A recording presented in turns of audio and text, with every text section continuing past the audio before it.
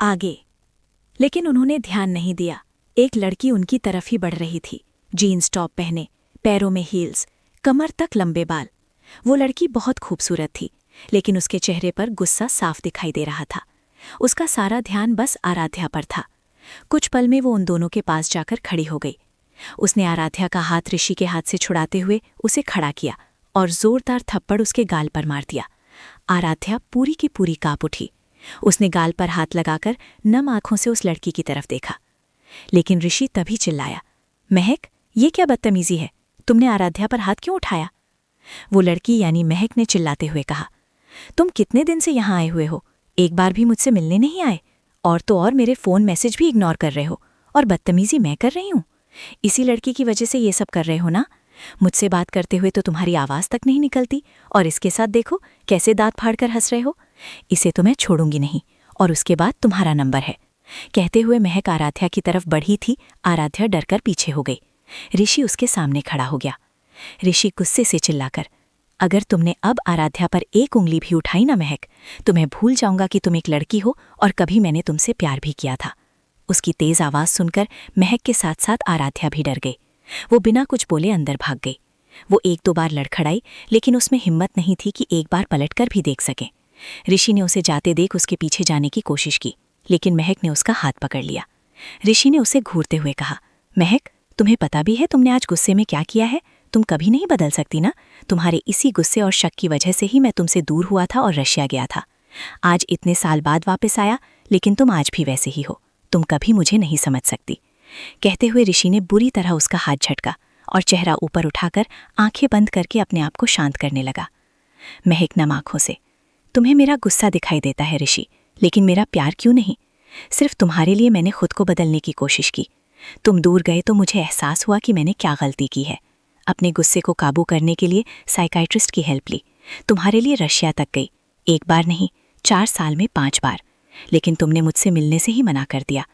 हर दिन मैंने तुम्हारा इंतजार किया था ऋषि, कि तुम आओगे एक दिन और एक बार मुझे बाहों में लेकर माफ़ कर दोगे, लेकिन तुमने तो मुझे अपनी नज़रों से ही उतार दिया। कहते हुए महक रो पड़ी।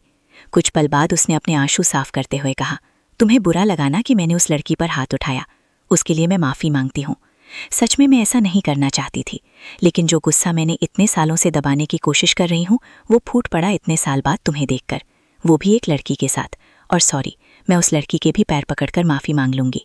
लेकिन तुम्हारी नज़रों में मुझे अपने लिए प्यार ना दिखे कोई बात नहीं, पर नफरत बिल्कुल नहीं देख सकती। कहते हुए महक ने ऋषि के सामने हाथ जोड़े और अंदर की तरफ बढ़ गई, आराध्या से बात करने के लिए। ऋषि ने कसकर आंखें बंद कर लीं और उसके पीछे पीछे चलने लगा, क्योंकि उसे महक पर भरोसा नहीं था। उसे पता था कि महक गुस्से की बहुत तेज है। उसे आज भी याद है, एक बार महक ने एक लड़की का सर तक फोड़ दिया था, सिर्फ इसलिए क्योंकि उस लड़की ने ऋषि को चॉकलेट दी थी और वो ऋषि से दोस्ती करना चाहती थी। ये तब की बात है जब ऋषि और रुद्रम एक बार इंडिया आए थे अपनी फैमिली से मिलने के लिए। सिर्फ यही नहीं, बहुत सी बातें हैं महक की जो ऋषि को पता है कि महक ने क्या क्या किया है अपने गुस्से में। वहीं आराध्या अपने रूम में बेड से सिरहाना लगाए नीचे फर्श पर ही बैठी हुई थी। उसका चेहरा बिल्कुल लाल था और आंसुओं से भरा हुआ था। वो अभी भी पूरी कांप रही थी। उसके दिमाग में एक बात घूम रही थी। उसने आंखें बंद की तो एक झलक उसकी आंखों के सामने आ गई। एक 5-6 साल की बच्ची बुरी तरह रो रही थी और वो डर से कांप रही थी। एक औरत ने उसका हाथ पकड़ा हुआ था और उस पर चिल्लाते हुए थप्पड़ मार रही थी। वो बच्ची बार बार माफ़ी मांग रही थी। तभी किसी के दरवाज़ा खटखटाने से आराध्या अपनी सोच से बाहर आई। बाहर से महक की भारी आवाज़ आई, मिस, प्लीज़ मुझे माफ़ कर दो। मैंने गुस्से में कुछ ज़्यादा ही ओवर रिएक्ट कर दिया। प्लीज़ मुझे माफ़ कर दो। प्लीज़ एक बार दरवाज़ा खोल दो, मुझे तुमसे बात करनी है। कहते हुए महक भी रो पड़ी, लेकिन वो इतनी ज़्यादा डरी हुई थी कि उसे कुछ भी समझ नहीं आ रहा था। ऋषि ने आगे बढ़कर दरवाज़ा खटखटाते हुए आराम से कहा, आराध्या, प्लीज़ एक बार दरवाज़ा खोल दो। देखो, कोई तुम्हें अब छुएगा भी नहीं। इस लड़की ने जो किया वो बस गुस्से में किया है। मैं हाथ जोड़ता हूँ, प्लीज़ बाहर आ जाओ। कहते हुए ऋषि ने प्यार से कहा। ये देखकर महक का दिल बुरी तरह टूट रहा था। उसे नहीं पता था कि आराध्या कौन है अभी, लेकिन ऋषि ने उसे इतना पराया कर दिया था कि वो अब उसका नाम भी नहीं ले रहा था। महक, नम आंखों से, आराध्या नाम है उसका। ऋषि ने उसे घूरते हुए हाँ में सर हिलाया तो महक ने चेहरा फेर कर आराध्या को दोबारा पुकारा, लेकिन सामने से सिसकियों के अलावा कोई आवाज़ नहीं आ रही थी। जारी है, क्या महक और ऋषि आराध्या को रूम से बाहर ला पाएंगे? क्या होगा जब रुद्रम को ये सब पता चलेगा? ये जानने के लिए मुझे सब्सक्राइब कीजिए। शुक्रिया।